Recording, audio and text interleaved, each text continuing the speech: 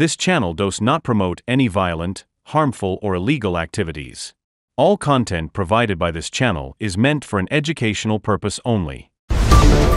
মাথাভাঙার Jorpatki high স্কুলে class চলাকালীন ছাদ থেকে ফ্যান খুলে পড়ে গুরুতর জখম হয় তিনজন নবম শ্রেণীর ছাত্রী। আহতদের মধ্যে লিজা পারভিনের অবস্থা আশঙ্কাজনক। বর্তমানে সে মাথাভাঙা হাসপাতালে ভর্তি আছে। বাকি দুই ছাত্রী রুবিনা পারভিন ও মালা অধিকারীকে প্রাথমিক চিকিৎসার পর ছেড়ে দেওয়া হয়। অভিভাবকদের অভিযোগ, স্কুল কর্তৃপক্ষের গাফিলতির জেরেই এই বিপত্তি। ছাত্রীরা জানায়, ঘটনার পর আতঙ্ক ছড়িয়ে পড়ে স্কুলে। অনেকে আর ফ্যান চালায়নি। স্কুলের সহকারী প্রধান শিক্ষক কানু বর্মন জানিয়েছে, ফ্যানের লোহার অংশ ভেঙে গিয়ে দুর্ঘটনা ঘটে। বিষয়টি খতিয়ে দেখা হচ্ছে। আহত ছাত্রীর চিকিৎসার খোঁজ খবর রাখা হচ্ছে বলেও তিনি জানান।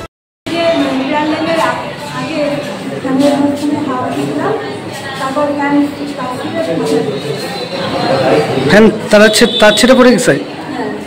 কোথায় পড়ছে?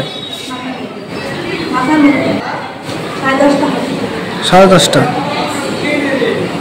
তুমি কি একাই ভর্তি না আর কেউ আছে? ওটা কোথায় ঘটনা? জোরপাটকি স্কুল।